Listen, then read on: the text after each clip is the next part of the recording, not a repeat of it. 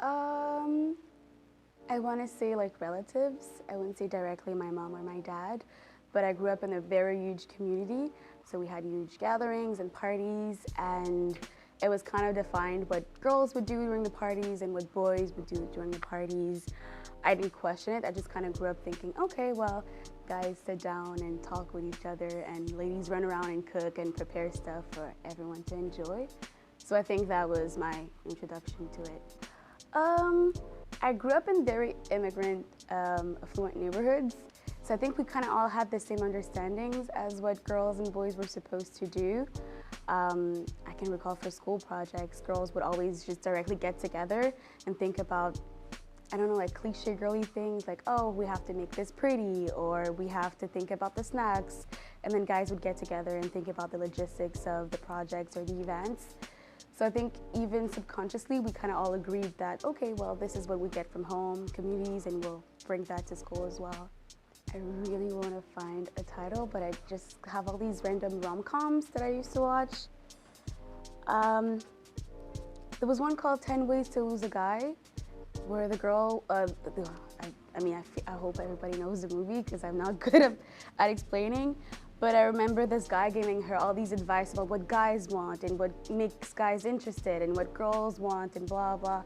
And I was very young when I watched it, and I didn't think it was all that accurate, but all the rom-coms follow the same theme of like what guys want, what girls want, what girls have to sacrifice to be what the guys want, and yeah. So it would be all the rom-coms from early 2000s. So my first bedroom, I shared it with my sister and my brother. We had, what is this called? I want to say, no, that's not a double bed. These things, these beds that are like, yeah, bunk bed. And then there was a tiny bed for my baby brother. I took the bottom because I was just afraid that I would fall if I was on top. Didn't think about the fact that she could fall on me. It was a very small room, but I had a corner that I would call the play corner. I took all the play space for my little brother. I figured he'll just play with my toys. I can't recall exactly what it was. I had the family of bears from the little book. Never played with them. They ended up being burned from one of my experiments. I had a lot of Barbies. I used to create plays with them, but I didn't have the accessories, so it's kind of a mess. It's a bunch of stuff that I'd taken from the kitchen that I would repurpose in like furniture for the Barbies. And yeah, it was very messy, just dolls, Barbies, and teddy bears, and a lot of kitchen stuff. It has in terms of whether or not women get to enjoy themselves. So I didn't see happy women growing up, and I kind of figured, okay, that's just the way it is. You are sacrificial. Okay, you have to be sacrificial. You have to find joy through other people's joy. And I used to think that it was pretty miserable, but I didn't see any other way. I wasn't able to see something where someone who identified as male was the person who was sacrificing and trying really hard to make others happy. And although I couldn't find the DNA thing that had to do with, okay, so I just wake up and my job is to make sure everyone's happy, and it didn't really work with who I was, it still doesn't work with who I am today. So I kind of felt conflicted as whether or not I'm being a good woman, because I don't find joy in cooking for others, or I don't find joy in cleaning or slaving or whatever it is to make the next person happier than I am. So it was conflicting because it didn't match what I wanted or who I was. But then I wondered what that would say about me if I couldn't find joy in what other women were finding joy in. They'd say that I'm a weird girl. I don't, because they're not like the deeper kinds. Now they are. Before they wouldn't like these kind of conversations, but my parents don't live together anymore because my dad did the thing where he follows his dreams and the woman stays and sacrifices. I think it helped my mom find words, and sometimes she tells me that I'm weird, where a part of me really wants these things. I want to get married, and I want the children, and I want the house. but I don't want them before I have found what I want for myself. So she say, I can tell you're a girl, but it's like just you're a weirder one because you're not putting that first. My dad would say that I'm just crazy because he's tried to get me married last summer, the whole summer. Didn't work. Yeah, I went in Africa for an internship with the government, and I thought he would just be happy to see me working and see me applying the skills I learned in school, but he spent 8 weeks trying to set me up. And the last week he was so depressed. He's like, what is wrong with you? You don't like any of them. And I'm like, but I haven't chosen any of those. They just showed up. And so he said I was also weird and crazy. Still loves me, but just doesn't understand why someone my age would want to just get this out of the way, like get the marriage and the kids out of the way. I'd say generational identity. Like I said in the beginning, I am not quite sure that I fit the gender roles that the culture that I grew up in showed me. So even going back home this summer, I didn't really identify with the girls who grew up there. I tried my best, I just couldn't. Without judgment, because I understand that they're, a result of the environment, and I got to live here. And I feel like where I am in the tree of the family defines more who I am than any of the two, because that's where I found the questions. The questions weren't from like, oh, you're a girl, what does that have to do with your life, or you're part of this culture, but more like, okay, you get to be born in this year and age, in this place. You are your grandmother's granddaughter, you are your mama's daughter. What does that say about you? So yeah, it's very all-encompassing, because when we moved here, obviously my family wanted to find their roots, so they all connected with everybody who came from the same country. So I kind of really wanted to fit that mold, and I tried really hard. And even if I told myself that I was a rebel because I didn't fit in, a part of me always wants to get that okay from the community, the okay from people back home, where they see where I've gotten or where I'm going, and they're like proud of me or accepting of my choices.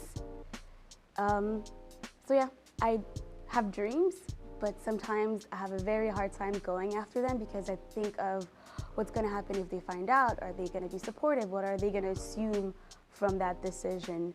Whether it's not pursuing another degree and just traveling the world, are they going to think I'm going to be an old maid? And I don't know. I wish I was more free and that I didn't have these voices, but I guess it just comes with the history. I myself had to learn a lot about gender, even if I took classes, even if I had certificates and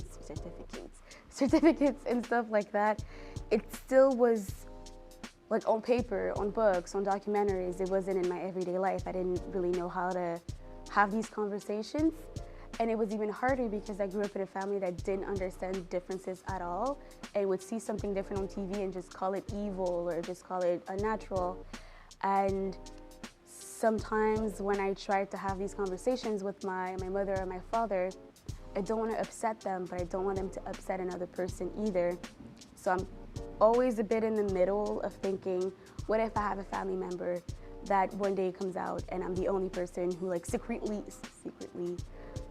gives them support, and then they just feel like, I don't know. I always fear that one day someone would come out or someone would say something that wouldn't fit what the culture liked, and that they wouldn't get the support. It has happened before where people had suspicions, and instead of coming to that person with love or questions or care, it was just frowned upon for years. And I don't know how that person feels, because I've never been able to have these conversations, and I don't think that person's equipped either to have the conversations. So I try as much as I can to break little stereotypes little by little, even if I met with like years and years of resistance. Then I just don't want someone to feel like they're not loved, whether that's someone I'm close to or someone that I could just meet. In class, the first time I had a gender studies class in CEGEP, and we were all debating about like gender neutral bathrooms. I think it was in 2013. Dawson had their first gender-neutral bathrooms, and that was a conversation we had in class where I was, I don't know, I wondered why the separation, like why I was so eager to be separated from boys and to not see them in the bathrooms or not see anyone, and why I held on so much to no, it's a girls only, boys only, why do we mix up? And it was weeks of me questioning everything that I thought I knew. It was just bathrooms, it was just people being able to go pee in peace. But it was the first time that I sat down and wondered, why does it matter to you so much? And why do you want the separation so much? What good comes out of it? At the end, we ended up having the bathrooms, and they ended up being they were cleaner than the other ones, so I used them a lot. But also, it didn't bother me the way I thought it was going to be. I thought it was going to be this huge thing where I'd go, and then everyone would just party in there. I don't know. I had all these images of what it would be. And when it didn't change anything, that's when I realized it's all in our heads. Like all the things we think that we know about gender and how it affects our everyday life and how we amplify so many little things, it's all in our heads. So that's what I got from that.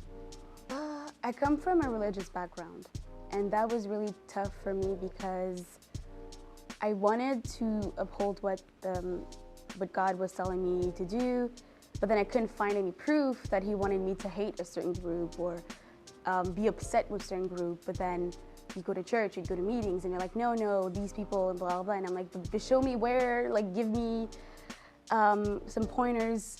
And from a very early age, I kind of equated being super accepting to somehow rebelling against my faith. And even though I know it's not true, every day I have to like fight with it. I'm like, what if I'm super open and I go to the marches and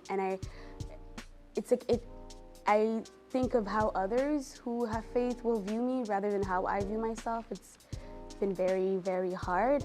A few weeks ago, I think there was a documentary where the Pope said openly that he was okay with same-sex marriages. And I had this huge relief. I was like, oh, thank God. I can finally act on what I already believe in. But it sucked. I didn't like the fact that I had to wait for him to say something for me to endorse something I already endorsed in my everyday life. But yeah, it's usually that. It's usually wrestling with whether or not are these people right and I'm gonna go to hell if I do uphold, or is everybody wrong and that voice in my head is right, that it's just about loving others. It's just this mystery that I don't know how to sit with.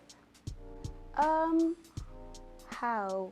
I don't believe that it's black and white, that it's you're born with certain organs and you're a girl and you're never gonna feel any different way.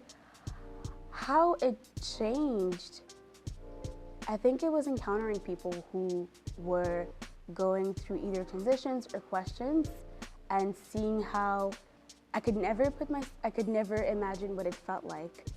And even if I wanted to say, oh, I totally understand you, I couldn't. I don't know, I just grew up, I had these organs and they just fit the way I feel about everything, or what society thinks I should feel about everything. So I never had this huge dilemma, but I could see it in others. And having these conversations, I realized it must be heavy to have questions and not necessarily have everyone, or at least the general public, agreeing with you or trying to guide you, but have like people who are like, don't do it, or you're gonna grow out of it, or blah, blah, and just attack you.